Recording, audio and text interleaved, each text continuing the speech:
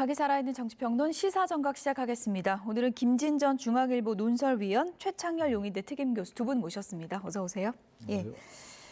탄핵 심판 6차 변론길 진실 공방이 뜨거웠습니다. 관련 영상부터 보시죠.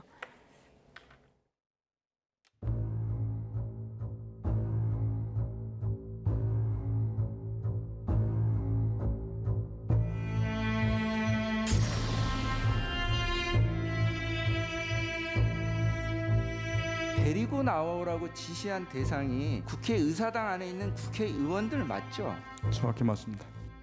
국회의원을 끄집어내라 이랬습니까?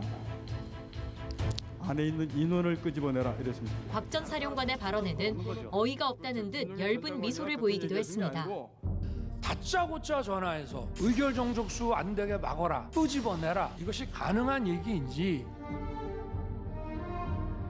출수 지시는 받지 않았고 제가 국회하고 선관위 세 군데 민주당사 여론조사권 임무 중지하고 철수하겠습니다라고 말씀을 드리고 나서 결의가 나오자마자 바로 장관과 계엄사령관을 즉시 제 방으로 불러서 분철수를 지시했고, 국무회의 정족수가 갖춰지면 계엄 해제를 하겠다고 선 발표를 했습니다. 윤석열 대통령은 곽종근 전 육군 특수전 사령관에 대한 증인신문이 마무리된 뒤 발언 기회를 얻었습니다. 12월 6일 바로 이 홍장원의 공작과 특전사령관의 김병주 TV 출연부터 이번에 다 잡아들여서 싹 다 정리해라. 안에 있는 인원을 끄집어내라 이랬습니다. 바로 이 내란 프레임과 이 탄핵 공작이 저는 시작된 거로 보여지고요. 내란 프레임과 이 탄핵 공작이 저는 시작된 거로 보여지고요.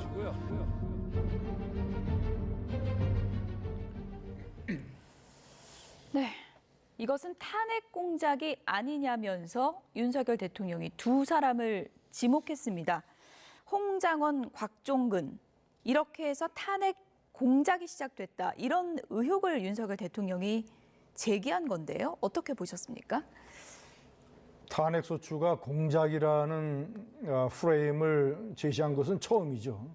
공작이라고 하는 것은 특정 세력이 특정한 목적을 달성하기 위해서 사실관계를 조작을 해서 어떤 일을 벌이는 것이 공작인데, 글쎄요, 윤 대통령의 저런 주장이 얼마나 설득력이 있을까는 이제 상당히 의문인데, 왜냐하면 전체적으로 보자면 그런데 이제 일종의 빌미를 제공한 곽종근 특전사령관의 실수는 사실 있습니다. 어떤 부분인가요? 특정 정치인의 개인 유튜브에 출연을 한 것은 사실 아주 잘못된 것이죠. 예. 그런 일은 하지 말았어야죠. 특히 저 12.3 기염 사태에서 3일밖에 지나지 않은 상황에서 굉장히 민감하고 혼란스럽고 이런 상황에서 본인의 증언은 국회라든가 검찰이라든가 이런 공식적인 행정기관이나 국가기관에서 기록으로 남아야 되는 것인데 잔뜩 오해를 받을 수 있는 김병주 야당 의원의 유튜브에 출연한 것, 이것이 윤 대통령이 저런 주장을 할 수 있는 빌미를 제공한 측면은 있다. 예. 그러나 전체적으로 봤을 때는 지금 현재 윤 대통령의 의회 봉쇄라든가 정치인 체포 이런 것에 관한 여러 가지 증거나 이런 것들이 진술 논란 외에 이 물증이 많잖아요. 홍장원 메모라든가 최상복 메모라든가 그리고 다음 주에 증인으로 이제 출석을 합니다마는 조지호 경찰청장에게 지시를 한 이런 내용들, 이 물증이 많기 때문에 전체적으로 공작이라는 주장이 받아들여지기에는 상당히 근거가 약하다, 이렇게 판단이 됩니다. 여러 증인 중에 윤 대통령이 콕 집어 지목한 두 명, 홍장원, 곽종근, 이 두 명의 그 진술, 12월 6일에 있었던 이 발언부터 시작이다. 윤 대통령이 이렇게 지목을 했는데 12월 6일, 그러니까 계엄 선포 사흘 뒤죠. 어떤 발언이 있었는지 다시 한번 들어보겠습니다. 홍장원 차장은 국정원 집무실에서 대기하고 있었다고 합니다. 대기하고 있던 도중에 10시 53분경 비상계엄 발표가 나고 종료 후에 전화가 왔다고 합니다. 이번 기회에 다 잡아들여 싹 다 정리해. 체포 대상자니까 이분 홍 차장이 기억하는 순서입니다. 이재명, 우원식, 한동훈, 그리고 권순일 전 선관위위원과 또 한 명의 선관위위원을 불러주었는데 기억을 못한다고 합니다. 미친 X로구나. 그거 생각하고 그 다음부터는 메모를 하지 않았다고 합니다.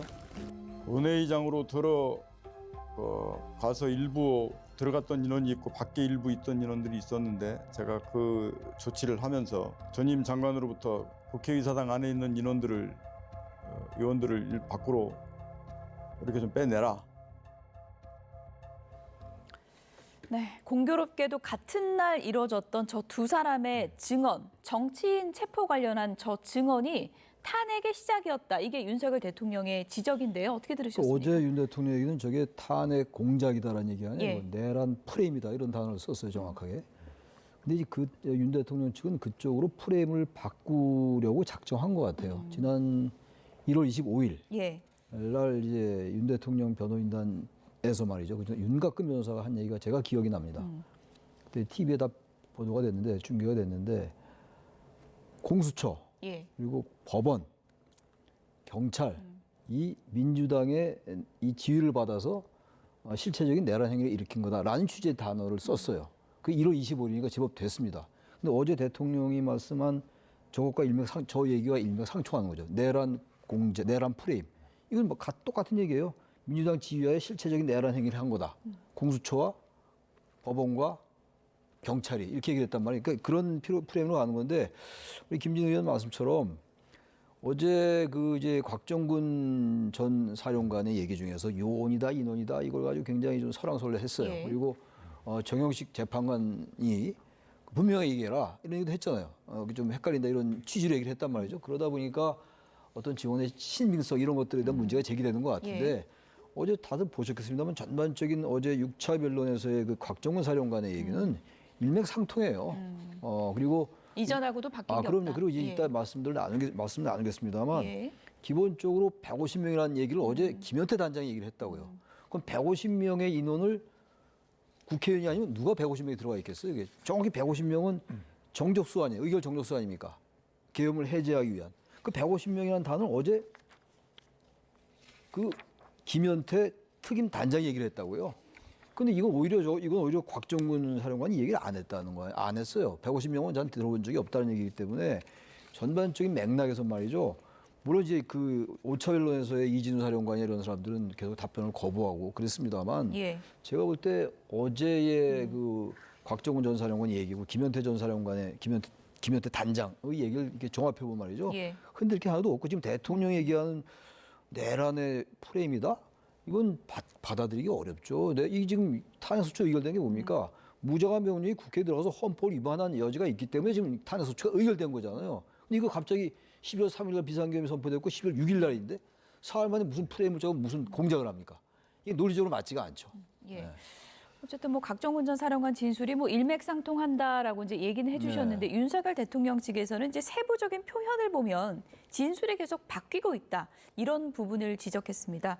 어제 곽정근 전 사령관의 진술과 관련해서 또 헌법재판관의 집요한 질문도 있었는데요. 다시 한번 들어보시죠.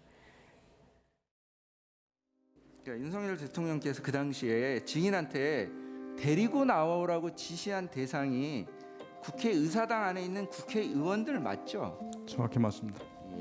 안에 인원들을 빨리 이제 끌어내라 하는 부분들이 그때 당시는 우리 본관 안에 작전 요원들이 없었기 때문에 전 당연히 그게 국회의원이라고 생각을 하고 그렇게 이해했습니다. 국회의원을 끄집어내라 이랬습니까? 안에 있는 인원을 끄집어내라 이랬습니다. 국회의원이라는 말은 안 했습니까? 전화로 들었던 표현은 안에 있는 인원을 밖으로 끄집어내라 이렇게 들었습니다. 그런데 오늘 이제 얘기 중에 의원 끌어내라서 의원이라는 거는 자기가 의원으로 이해했다는 것이지 제가 그 의원이라는 단어는 쓰지 않았다는 것이고 또 그게 아니라 인원이라고 얘기했다고 하는데 저는 그냥 사람이라는 이런 표현을 놔두고 또 의원이면 의원이지 인원이라는 말을 저는 써본 적이 없습니다. 네. 김용현 전 장관은 의원이 아니라 요원이라고 했었는데 이번에는 의원이 아니라 인원이라고 들었다 그래서 도대체 무슨 단어가 정확히 맞는 건지 모르겠다. 좀 혼선을 겪고 있는 것 같습니다.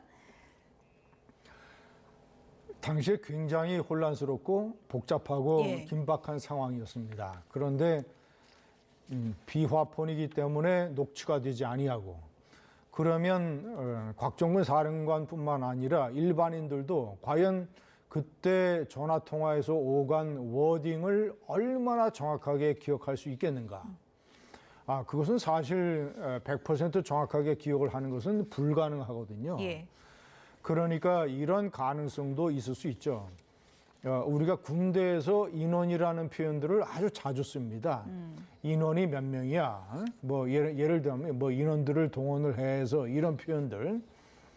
그러니까 곽종은 특전사령관의 뇌리 속에는 인원이라는 표현이 상당 부분 자리 잡고 있었을 거예요.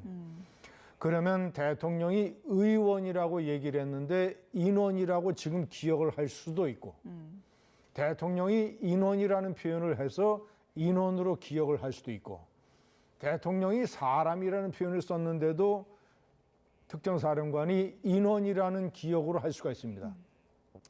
왜냐하면 군인들의 뇌리는 일반인들의 뇌리하고 언어 감각이 조금 다른 측면이 있어요. 그렇군요. 그러니까 예. 그 문제는 계속 이제 논란이 되고 헌재에서는 아마 밝혀지기가 어려울 것이고 재판 과정에서 드러날 것으로 좀 더 자세하게 드러날 것으로 보이고 가장 중요하게는 조금 전에 이제 우리 YTN에서 보도를 했습니다만 검찰이 이진우 수방사령관과 관련된 그 수행 부관과 이런 진술을 확보했다는 거 아닙니까?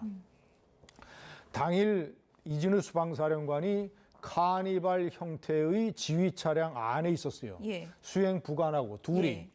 그런데 텔레비전도 안 보고. 그런데 대통령의 전화를 받았습니다.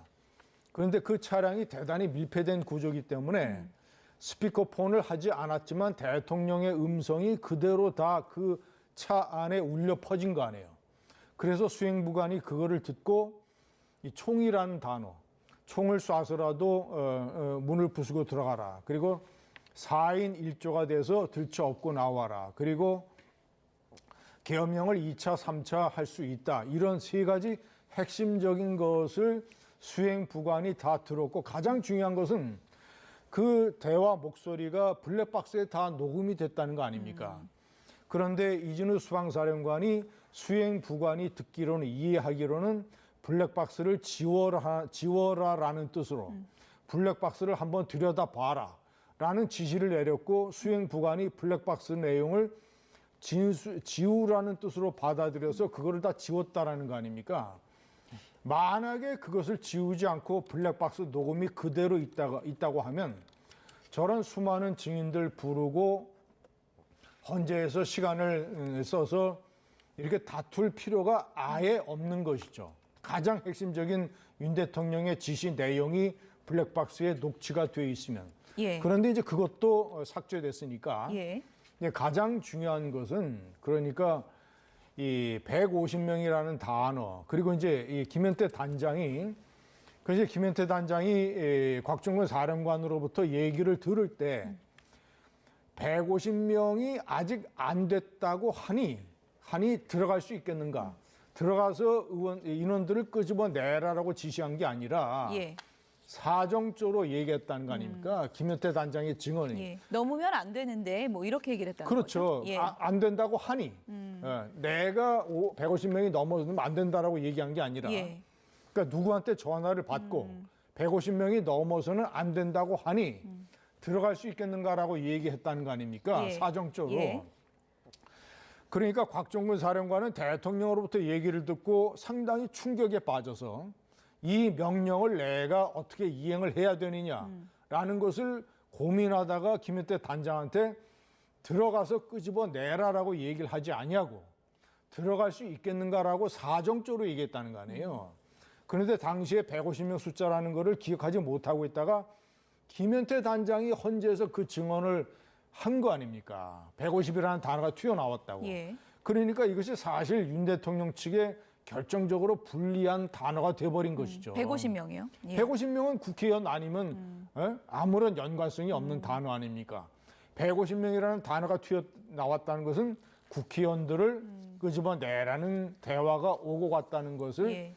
김현태 단장의 입에서 증명이 돼버렸으니까. 그러니까 김준희 의원님 얘기는 지금 뭐 의원이니 요원이니 뭐 이런 논란이 있는데 어쨌든 지금 150명이라는 그 단어가 증언에서 나온 이상 그 논란은 좀 무의미한 거 아니냐 이렇게 보시는 제가 것 아까 같아요. 맨 처음에 얘기한 게 예. 그거 아닙니까? 150이라는 단어가 나왔다는 게 중요하다고 저도 아까 처음에 말씀드렸잖아요. 그렇게 되면 국회의원일 수밖에 없다. 아니 이렇게 150명이 국회의원이죠. 예. 왜냐하면 150명 과반이 돼야지 넘어야지 계엄 해제 의결을 할 수가 있는 거 아니에요. 그건 거긴 더 이상 어떠한 핑계도 소용이 없어요. 사람이 말은 자유지만 그것까지 부인할 수가 있겠어요? 이건 김현태 단장이 한 얘기라니까요. 그 처음에 이 얘기는 말이죠. 어제만 한 얘기가 아니라 김현태 특임단장이 12월 9일 기자회견 했죠. 그 TV에 나와서 이게 울먹거리고 했던 기자회견 다 기억하지 않습니까? 전쟁기념관 앞에서. 그때 한 얘기가 있어요. 국회의원들이 모이고 있단다. 또 150명 넘으면 안 된단다. 끌어낼 수 있겠냐? 이런 뉘앙스였다고 그날도 얘기했어요. 이건 일관되고 있다고 그러니까요.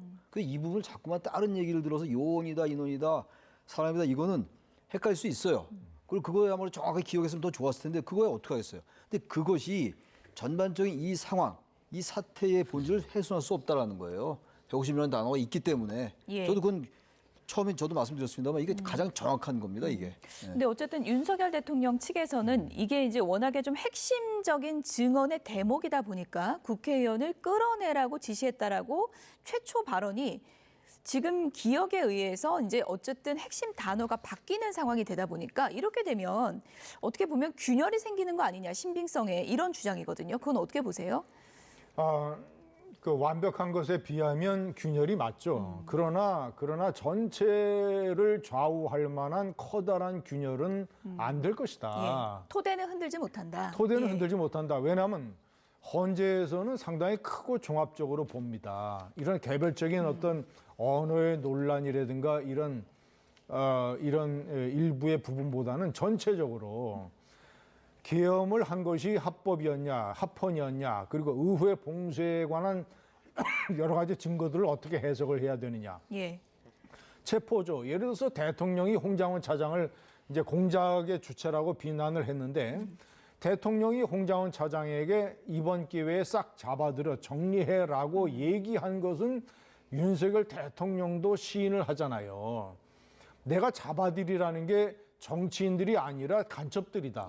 이렇게 주장을 하고 있는 것이지 대통령이 홍장원 차장에게 싹 잡아들여라고 하는 말은 다 한 것이 대통령이 시인을 했잖아요. 끌어내라는 했다. 하지만 그 대상이 다르다라는 거죠, 지금?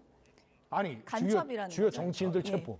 정치 그 이재명, 한동훈 이런 정치인들 체포. 그 체포를 홍 차장에게 싹 잡아들여라는 말을 했다 내가. 그런데 정치인이 아니라 간첩을 잡아들이라는 말이었다라고 하는 게 윤석열 대통령의 반론이잖아요. 그렇죠. 그런데 그것도 뒤집어지는 게 영인영 사령관이 홍 차장하고 그리고 조지호 경찰청장에게 이 특정 대상 명단, 이 여사령관이 표현을 할 때 특정 대상 명단, 사실상은 이제 체포 대상이죠.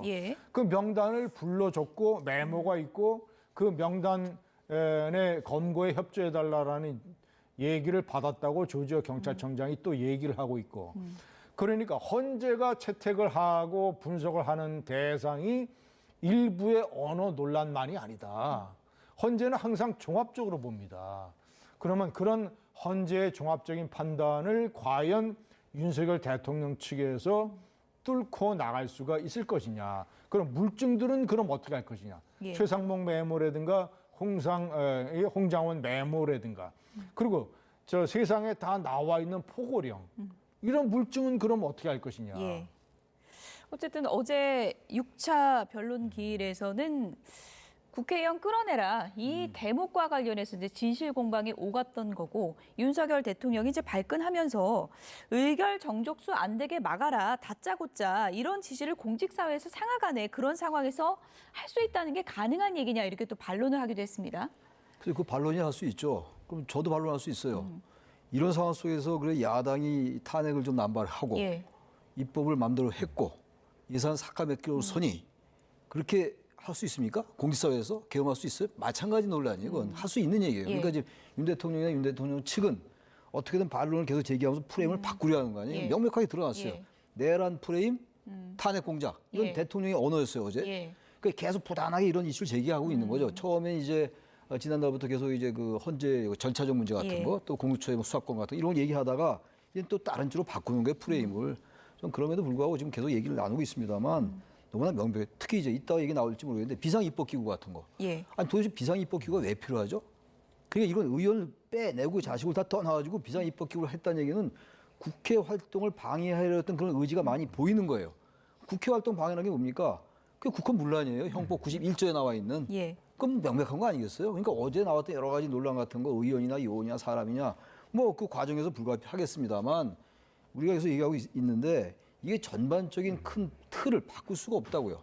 그런데 또 하나 말씀드리는 게 여인영 전 방첩사령관이 5차 변론에서 그런 얘기도 했어요. 조지호에게 위치 추적 요청 인정했다고 얘기했다고요. 그 이런 것도 다 이건 왜 안 받아들입니까? 어쨌든 뭐 끌어내라는 지시를 받았고 나는 국회의원이라고 이해를 했다. 이렇게 진술한 곽종근 전 사령관에게 지시를 받은 직속 부하죠. 김현태 단장도 어제 증인으로 출석을 했는데 기존과는 좀 결이 다른 발언을 했습니다. 함께 보시죠.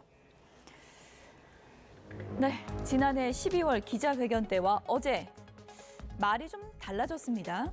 지난해 12월에는 국회의원들이 모이고 있단다. 150명을 넘으면 안 된단다. 막아라. 안 되면 들어가서 끌어낼 수 있겠냐.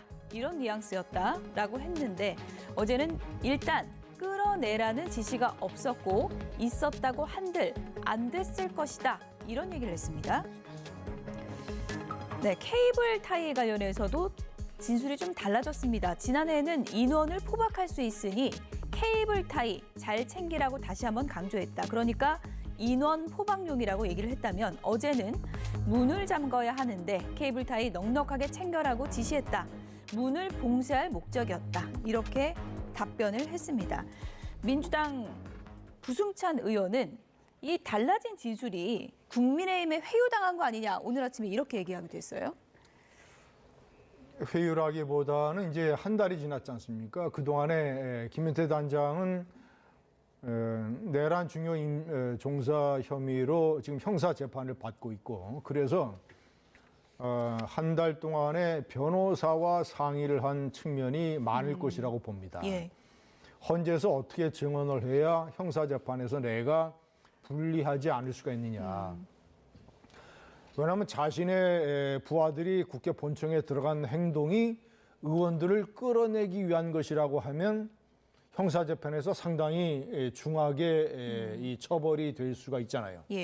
그런데 끌어내라는 게 아니라 들어갔다는 사실까지만 인정을 하게 되면 그 양형의 어떤 기준이 달라질 수 있다라는 판단을 김현태 단장이 왜 안 하겠습니까?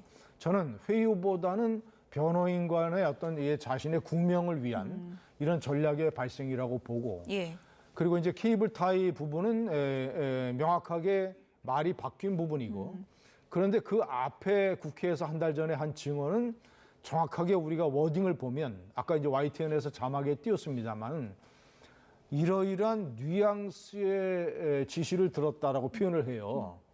이런 이런 지시를 들었다고 얘기하는 게 아니라 이런 뉘앙스의 지시를 들었다 내가. 뉘앙스라는 표현은 취지라는 표현 아닙니까?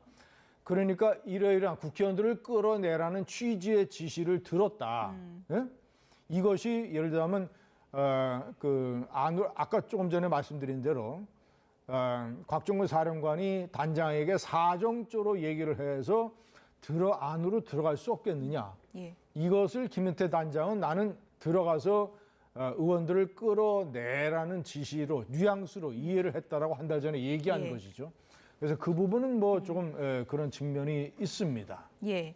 그러니까 김현태 단장이 어제 이제 150명 넘으면 안 된다고 들었다라는 그 150명도 무슨 의미인지 몰랐다라고 얘기를 했는데 이거 자체가 본인의 재판 전략일 수 있다 이렇게 보시나요? 저도 그렇게 예. 봐요. 뭐 그렇게 몰랐을 수도 있겠는데 상식적으로 모르긴 좀 어렵죠. 국회의원이라는 걸 모를 리가 없다. 모를 리가 없을 것 같아요. 개인적으로 그렇게 근데 보신다. 뭐 그렇게 예. 모른다고 하니까 예. 그거야 그런 판단을 이제 헌재 재판관들이 할 거예요. 이 진술이나 증언 이런 것들의 어떤 신빙성에 대해서 일관성이 있느냐, 그리고 구체성이 있는지, 그리고 이제 다른 사람들의 말과 이제 맞춰봤을 때 얼마나 더 진실에 가까울까를 이젠 녹취도 없고 뭐 CCTV도 없으니까 그 재판관이 판단하는 거예요. 근데 네. 그 재판관의 판단은 헌재 재판관의 판단은 형사 재판의 법관하고 다른 거잖아요. 예. 따라서 전반적으로 이 헌재의 재판관은 그걸 거예요. 헌법 위반했는데, 법률 위반했는데 만약 했다면 이 헌법 법률 위반이 과연 대통령을 파면에 이르게 할 정도로 중대한가를 판단하는 거예요. 이런 것도 참고가 되겠습니다만 예. 이 뭔가 이 판단을 바꿀 만한 그런 요소는 될 수 없다라고 제가 주장하는 겁니다. 예. 네. 어쨌든 뭐 이제 7차 헌재 변론기를 준비하고 있는 윤석열 대통령, 오늘 이른바 윤석열의 호위무사라고 불리는 윤상현 의원과 김민전 의원이 대통령을 접견했습니다. 접견 마치고 나와서 어떤 얘기 했는지 들어보시죠. 우리 당이나 이런 거에 대해서 기대감은 가지고 계시죠. 당에 대한 기대감. 지금은 국가적으로 어려울 시기다. 일당이나 이제 좌파는 강력하게 카르텔 형사하고 집요하게 싸우지 않냐. 우리는 모래알이 돼서는 안 된다. 좀 더 강력한 이런 자세, 견지가 중요한 게 아니냐. 이런 식의 어떤 우회적인 말씀도 있었죠. 저는 헌재에서 기각될 거라고 믿기 때문에 조기 대선은 없다라고 봅니다. 그것은 다 하늘이 결정하는 거다라는 기본적인 자세를 가지고 계세요. 그래서 뭐 조기 대선을 한다 뭐 한다 그런 거에 대해서 직접 말씀하신 건 없습니다. 네. 윤상현 의원의 얘기를 들어봤습니다. 모래알이 되어서는 안 된다는 윤석열 대통령의 메시지. 당에게 어떤 당부를 하는 건가요? 지금 윤석열 대통령을 지탱을 해주고 있는 기둥은 크게 두 가지입니다. 하나는 이 강경 보수 세력, 집회를 주도하고 또 윤 대통령을 지키자라는 구호를 외치는 그 두 번째는 국민의힘의 친윤 주류 세력, 그리고 권영세, 권성동 지도부를 중심으로 한 그런 세력이니까 본인이 지난번에는 이제 대국민 담화라든가 이런 데에서 본인을 지지하고 지키자고 외치는 강경 보수 세력에게 끝까지 싸우자라는 메시지를 전달을 했지 않습니까?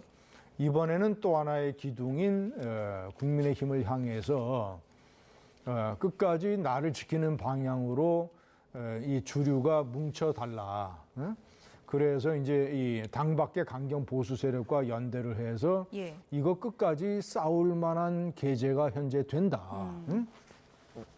이런 어떤 윤석열 대통령의 일관되고 지속적인 뭉치자. 당이 뭉치면 본인도 돌아올 수 있다. 이런 희망을 갖고 있는 걸까요?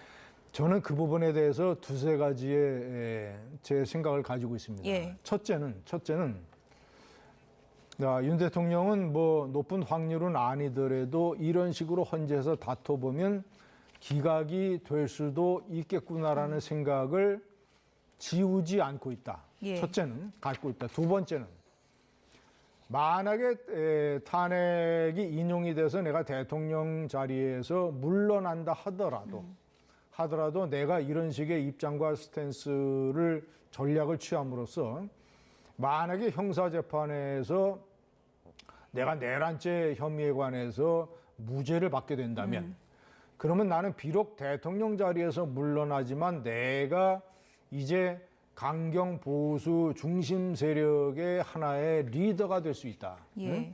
그러니까 나는 이제 한 사람의 제야 지도자가 돼서 정치적인 역량과 파워를 유지할 수 있다라는 그런 전략까지도 윤석열 대통령이 나는 가지고 있다고 봅니다. 그러니까 크게 봐서는 두 가지. 파면도 되고 형사재판에서 내가 내란죄 유죄가 돼서 감옥 생활을 해야 된다라는 세 번째 가능성은 매우 아주 작게 생각을 하는 것 같아요. 네. 예. 어쨌든 뭐 대통령 구속이 하나의 매듭이 될 것이다 이런 전망도 있었는데 윤석열 대통령이 이제 헌재 출석을 계속하고 본인의 메시지를 이렇게 뭐 옥중 정치를 통해서도 내면서 국민의힘도 상당히 좀 곤혹스러울 것이다 이런 시각도 있거든요. 권영세 비대위원장이 대통령과 인위적인 거리두기에는 나서지 않겠다 이렇게 얘기를 했는데 그 뜻이 어떤 겁니까? 인위적으로 거리두기는 나서지 않지만 예. 자연스럽게 대통령과 거리가 주어지고 네. 대통령의 탈당 출당 얘기가 나올 때는 그때는 생각을 달리할 수 있다라는 그렇게 들려요. 그래서 대단히 이제 애매한 거죠. 애매한 거고 곤혹스러운 거죠. 그야말로 현재 지금 대통령의 탄핵이 결정도 안 됐는데 조기 예. 대선 얘기할 수도 없고. 예. 그렇지만 사실상 조기 대선을 기정사실화하는 분위기가 있는 건 사실이고 말이죠. 게다가 또 권영세 비대위원장은 또 대통령과 개인적으로 친한 건 사실이잖아요. 그러니까 이런 발언을 쓰는 건데 그렇다 하더라도 저는 권영세 비대위원장도 그렇고 권성동 의원도 그렇고 말이죠. 권성동 의원이 친구니까 이런 입장을 100번, 1000번 양보해서 이해한다 하더라도 말이죠. 최근에 그 지도부의 행동은요. 너무 과합니다. 과하게 엄하고 과하게 비호하는 걸로 보여요. 이렇게 100번 인간적인 그 어려움을 이해한다 하더라도 이렇게 얘기할 필요 없죠. 그리고 특히 저기 지금 윤상현 의원도 갔고 김정은 의원도 갔으니까 가는 건 자유예요. 면역할 수 있는 건데 처음에 간 것보다 또 자꾸만 이렇게 중진들이 몰려가고 그런 말이죠. 뭐 김정은 의원은 중진도 아닙니다만 이렇게 자꾸만 가고 그러면요. 점점 대통령이 곡해를 할 수가 있어요. 이 상황을 잘못 판단할 수가 있다고요. 그렇게 되면 국민의힘만 점점 나락으로 떨어지는 거예요. 대선 치러야 될 거 아닙니까? 이렇게 해가지고 설령 지금 국민의힘의 지지율이 높아지고 양대 지지자들이 결집한다 하더라도 이렇게 해서 선거 칠 수 있겠어요? 중도층을 봐야죠. 그래서 저는 이 상황을 아까 뭐 저기 대통령의 생각 이런 걸 말씀하셨는데 그 속내야 우리는 알 수 없습니다. 그럼에도 불구하고 과연 어느 게 진실인가 좀 적어도 국민의힘에 있는 분들은 뭐 친윤 주류가 다는 아니겠습니다만 적어도 다른 분들도 목소리 좀 내야죠. 이렇게까지 한동훈 대표가 있을 때는 11월 16일 전에 11월 16일 사퇴했으니까 그전엔 그런 얘기가 좀 나왔는데 친한계 중심으로 아예 그 말도 없어요 이제는. 이러다 보니까 이 국민의힘이 너무 과도하게 우경화되고 있는 거예요. 지금 그 극렬 지지자들에게 고무돼서 그런지 모르겠는데 이거는 여러 번 말씀드립니다만 여론을 곡해하는 거라고 볼 수 있어요. 여론을 오독하는 걸 수도 있고 선거 치러야 되는 정당이 이렇게 가도 되겠습니까? 어쨌든 윤석열 주정부가 추진했던 사업이죠. 대왕고래 프로젝트를 놓고도 최근에 여야가 공방을 벌이고 있는 상황입니다. 어떤 얘기가 나오는지 들어보시죠. 자원 빈국인 우리나라의 입장에서는 자원 개발의 리스크를 감수할 수밖에 없다고 생각을 합니다. 동해 심해 유전구는 총 7개구가 있는데 대왕고르는 그중에 한 군데입니다. 이번 시추 탐사 결과를 사기극이니 뭐니 하는 정치적 공격은 자제하시고 정부도 용기를 잃지 않고 나머지 동해 심해 유전구 6개소에 대해서 시추 탐사 개발 계획을 실행을 해서 국민들께 희망을 선사해 주시기를 바랍니다. 윤석열이 급해가지고 뭐 한 건 하자 해가지고 국무회의 중 나와서 한 5분 딱 발표하고 질문도 안 받고 들어가 버렸잖아요. 이건 윤석열 자신도 자신이 없었던 거예요. 그 특수부검사 기질로 대왕고래 사업도 한 거예요. 그래서 우리 속담에 고래 싸움에 서울 등 터진다고 했는데 대왕고래 사업 때문에 윤석열 등 터졌어요. 이러한 예산을 삭감했기 때문에 계엄을 했다. 얼마나 허구예요.